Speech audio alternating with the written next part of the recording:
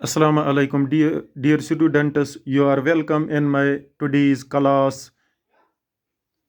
It is class 8th, subject science, and date is 28th of May 2021.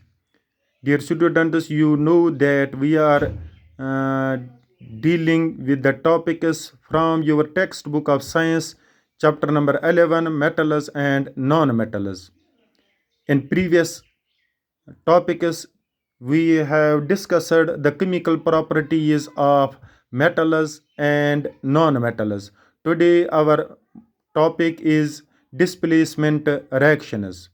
It is the most important topic, displacement reactions. Dear students, you know that reactivity is a characteristic property of metals. देखो बच्चों, ये जो reactivity है ये one of the most characteristic property of metals है.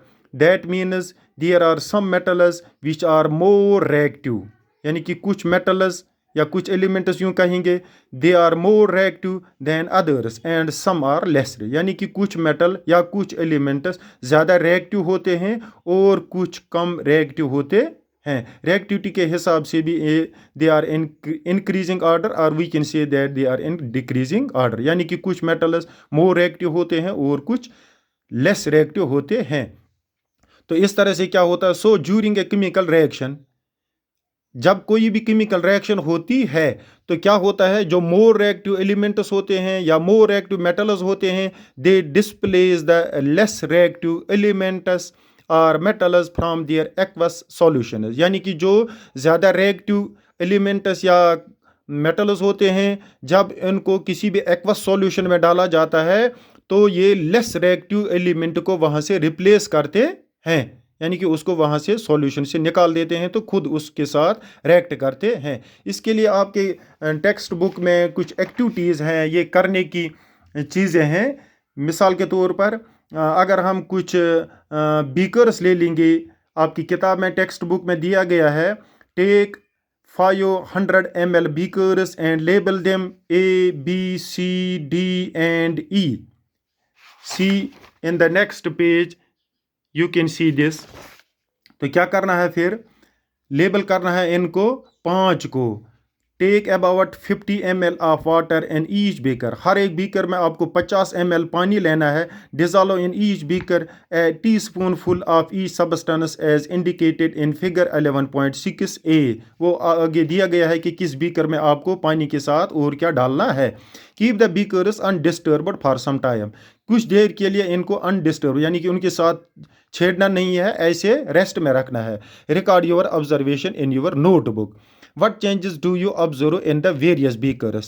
आपको कुछ तब्दीलियां इनमें नजर आती हैं. You have read that one metal displaces another metal from its compound in aqueous solution, जो मैंने आपको बताया. For example in beaker A, यानी कि अगर बीकर ए की बात हम करेंगे तो जिंक रिप्लेसेस कॉपर, वहाँ जो कॉपर सल्फेट सॉल्यूशन है जब हम उसमें जिंक डालेंगे तो जिंक क्या करेगा, zinc is more reactive than copper. तो इस तरह से जिंक जो है ये कॉपर को वहाँ से रिप्लेस करता है, डिस्प्लेस करता है कॉपर सल्फेट सॉल्यूशन से. That is why the blue colour of the copper sulphate disappears, उसका जो ब्लू कलर है बीकर ए में ये डिसअपियर हो जाएगा. And a powdery red mass of copper is deposited at the bottom of the beaker. The reaction can be represented at, तो reaction इसके लिए क्या है, फॉर एग्जाम्पल रिएक्शन है अगर कॉपर सल्फेट जो सॉल्यूशन है ऑलरेडी बीकर ए में कॉपर सल्फेट सॉल्यूशन, अगर हम उसमें जिंक फिर डालेंगे तो आपको पता चला कि जिंक जो है it is more reactive than copper. तो जिंक जब डालेंगे ये कॉपर को वहाँ से रिप्लेस करेगा तो क्या रिएक्शन हो जाएगी, ये जो कॉपर सल्फेट सॉल्यूशन था इसको हमने जिंक डाल दिया तो ये क्या बनेगा, जिंक सल्फेट. आगे जो प्रोडक्ट बनेगा that form zinc sulphate ZnSO4 और कॉपर वहाँ से रिप्लेस ये डिस्प्लेस हो जाता है. यानी कि इसका मतलब ये है zinc is more reactive than copper, so zinc replaces और displaces the copper from its aqueous solution. इसी तरह से तो दूसरी रिएक्शन है, अगर हम बीकर बी की बात करेंगे, दूसरे बीकर की बात करेंगे, कॉपर सल्फेट सॉल्यूशन में हमने उसमें डाला है कॉपर सल्फेट CuSO4, जो इसकी केमिकल फार्मूला है। इसमें आयरन नेल्स चूंकि लोहे के हैं तो इसका जो सिंबल है Fe।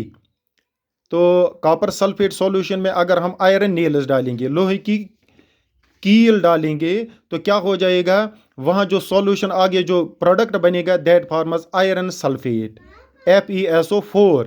तो कॉपर यहां से भी रिप्लेस हो जाता है। इसका भी ये मतलब हो गया दैट आयरन जो है it is more reactive than copper. So when iron is put or iron nails are put in copper sulfate solution, iron displaces copper from its aqueous solution that is CuSO4 and forms FeSO4 and copper is being replaced from its solution। इस तरह से आपको ये समझ आया होगा कि ये जो मेटल्स हैं तो इनमें डिस्प्लेसमेंट रिएक्शन हो जाती है। दैट मीन्स जब हम कोई भी एक्वस सॉल्यूशन बनाएंगे, जैसे कॉपर सल्फेट सॉल्यूशन बनाया या यहाँ कॉपर सल्फेट सॉल्यूशन बनाया, जब हमने इस रिएक्शन में जब हमने जिंक इसमें डाल दिया तो जिंक जो है ये कॉपर को डिस्प्लेस करता है तो बनाता है जिंक सल्फेट, तो कॉपर अलग हो जाता है। दूसरी रिएक्शन में कॉपर सल्फेट में हमने डाला आयरन नेल्स, तो iron being more reactive than copper, यहाँ आयरन जो है ये कॉपर को रिप्लेस करता है तो बनाता है आयरन सल्फेट सॉल्यूशन, तो कॉपर यहाँ भी अलग हो जाता है। तो अब यहां से ये नतीजा निकला कि जो कॉपर है it is less reactive than zinc as well as than iron. तो अगर हम मिसाल के तौर पर आयरन सल्फेट सॉल्यूशन बनाएंगे या जिंक सल्फेट सॉल्यूशन बनाएंगे, फिर इसमें कॉपर डालेंगे, तो कॉपर जो है it is less reactive than zinc and copper is less reactive then iron. तो ये आयरन या कॉपर ये जिंक को यहाँ से रिप्लेस नहीं कर सकता है, यानी कि मोर रिएक्टिव जो है ये रिप्लेस करेगा लेस रिएक्टिव को, but less reactive element cannot replaces the more reactive element. तो it was about displacement reactions. Hope you have understood. Stay safe, have a bright future. अस्सलाम वालेकुम for today.